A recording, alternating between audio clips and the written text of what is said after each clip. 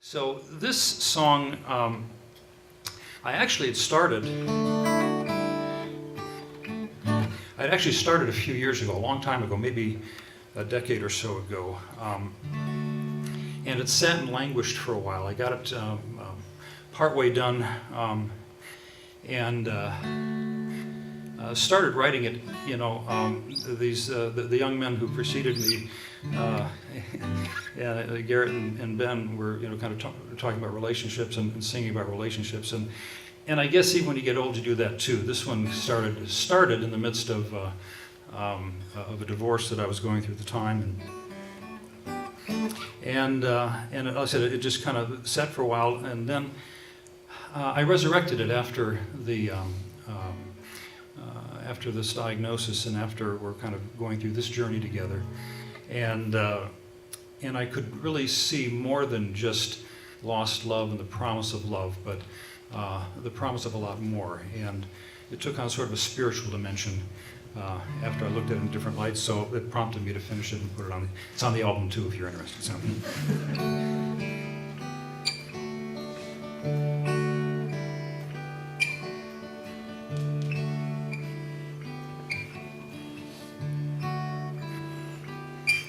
Another day, struggling with the moment. Another day, thinking on the past. Another day, the voice of promise silent, and wondering how much longer this will last. Another day, pondering the future. Another day, wondering how I'll get through. Another day, stuck in endless circles, with no escape coming into view. But I can see glimpses of heaven while tasting another day of hell, and breathing in the quiet chill of loneliness, which I've come to know so well. A blade of grass breaking through the concrete, out of the gray a light is shining through. Another day, out of the darkness. Another day, closer to you.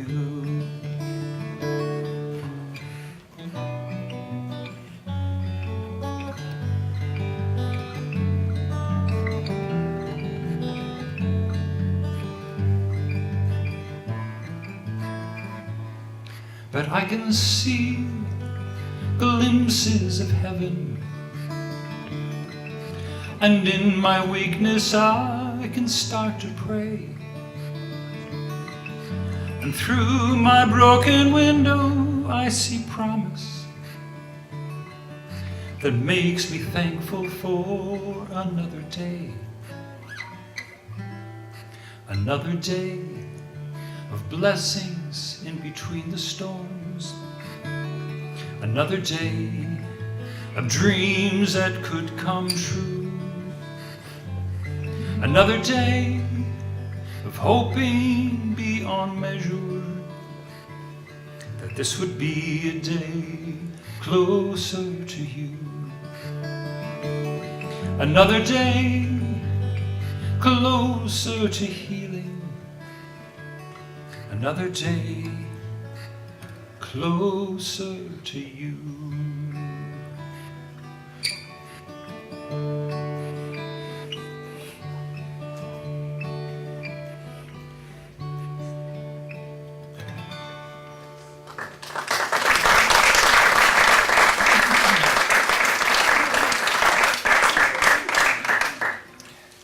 Well, not everything I'm doing here tonight is off that album, because there's a lot of other fun and interesting things in life too. For example, I apologize. I played that last song with the guitar out of tune.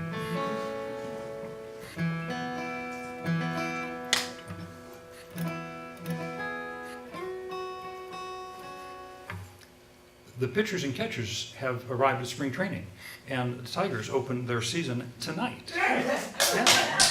How about that? So,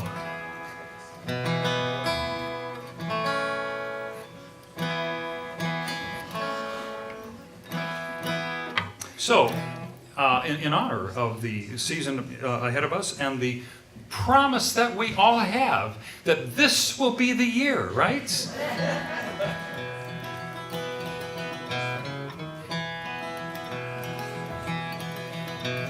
Saturday summers when I was a kid, we'd go to the schoolyard and here's what we did. We'd pick out the captains, choose up the teams, always a measure of my self-esteem, 'cause the strongest and fastest played shortstop and first. The last ones they picked were the worst. I never needed to ask, it was sealed. I took my place in right field, playing right field, nothing to know. You can be awkward, you can be slow, so I'm here in right field just watching the dandelions grow. Playing right field can be lonely and dull. Little leagues never have lefties that pull. I dream of the day they would hit one my way. They never did, but still I would pray that I'd make a fantastic catch on the run and not lose the ball in the sun. Then I'd awake from this long reverie and pray that the ball never came out to me there in the right field. Nothing to know, you can be awkward, you can be slow, so I'm here in right field just watching the dandelions grow. Sometimes I dream I was K-line or Mays, making the home runs and making the plays. They were so graceful, they were so fast, they never batted last.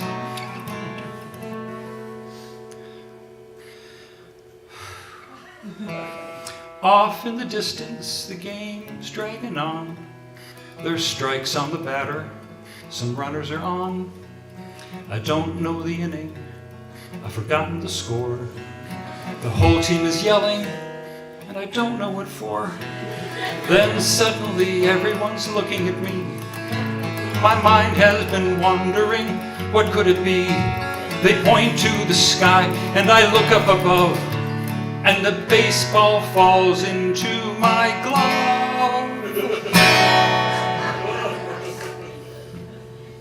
Playing right field's important, you know. You gotta know how to hit, you gotta know how to throw. So I'm here in right field just watching the dandelions grow.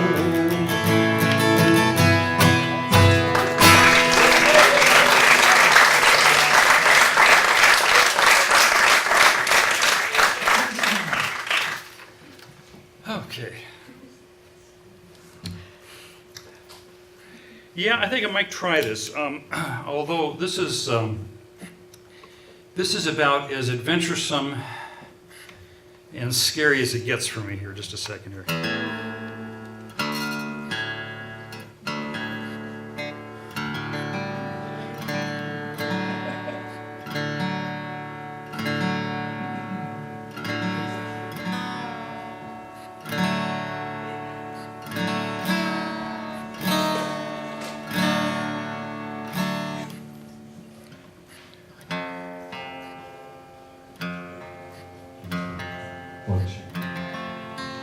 John, are you sure about this? Are you sure? No, I'm not at all sure about this. So, I was just interested in this. I'll Sounds all right. Yeah, right now. I'll turn it back on. That's not what's frightening about this. Oh, No, see, no. so what's frightening? Well, so the story, the Grand Rapids Songwriters Alliance, you remember that we kind of go around, everyone sings a couple of songs, right? Yeah. And so in the midst of our evening, a young lady came in, and this was her first time at the group. And she came in about midway through and sat down. I was kind of second to the last, so she was sort of sitting next to me, and she followed me. And she sort of stammered and said, I'm not a songwriter. I don't, I just have this stuff going through my head. And it's a really affirming and encouraging group. And they said, well, share us what you've got. And she sang this melody with these words that had been running, and I frankly was kind of stunned. I thought it was an amazing set of lyrics, and it was a really pretty tune. It just had no structure around it.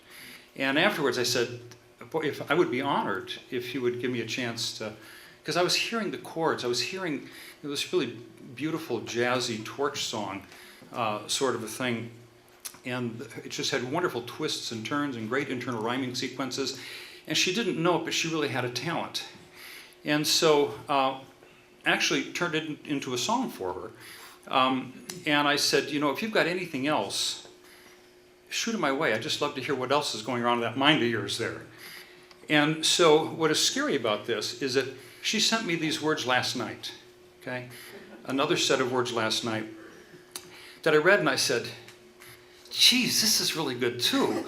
And sometimes it happens and sometimes it doesn't, but I could hear the musical structure that I wanted to build around it. And so I put it in there and I said, well, crap, it's only a minute and a half long. You need a good 3 minutes at least out of a song. And so David's laughing. My friend David and I, just over the last couple of months, have been doing some really interesting and I think really deeply meaningful writing together. And that's for another night because I didn't bring any of that stuff with me. I didn't know you'd be here, otherwise I probably would have just, So I had to expand. So I had to write a couple of the verses, and they were there too. And I thought, I don't know if this is good or not. And so Lisa got home from work, but she got home about 5:30. And I said, what do you think? And she said, you can do that tonight? Wow, I guess I could. Well, here's the really, really hard part about it, is that I didn't know that I would have my baby boy here, Mark, drove here from Detroit to be here at the Story Cafe tonight.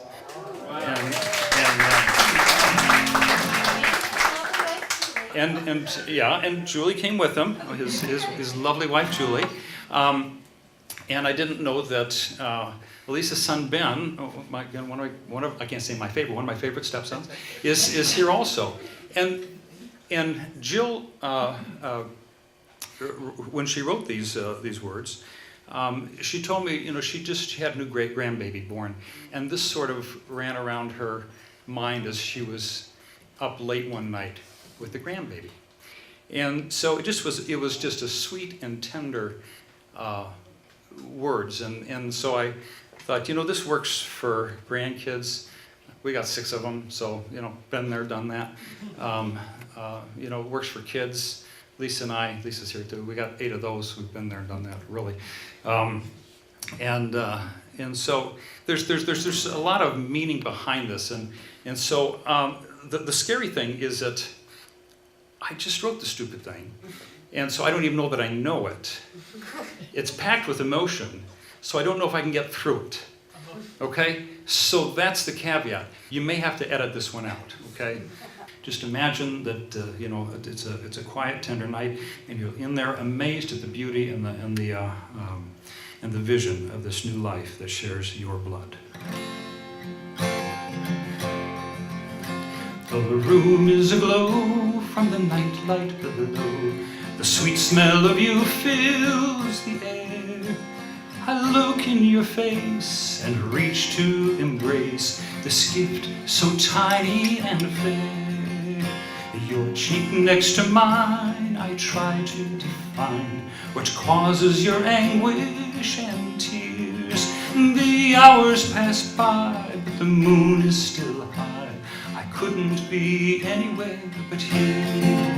So I'll sing a song of love to you, of love to you, of love to you, and then I'll have a talk with you all through the night.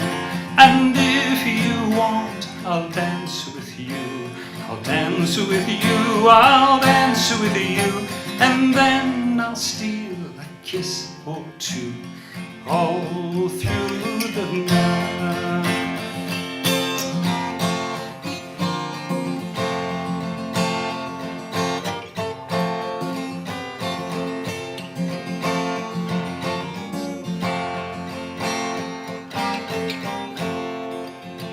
I wish it weren't so, but I know that you will grow and become too big for my arms. But we'll dance and we'll play, and with each passing day I'll still protect you from harm. Wherever you roam, this will still be your home. I know someday we'll be apart. So now as you sleep, this memory I'll keep protected deep in my heart. So I'll sing a song of love to you, of love to you, of love to you, and then I'll have a talk with you all through the night. And if you want, I'll dance with you, I'll dance with you, I'll dance with you, and then I'll steal a kiss or two all through the night. And now you'll take my heart with you all through your life.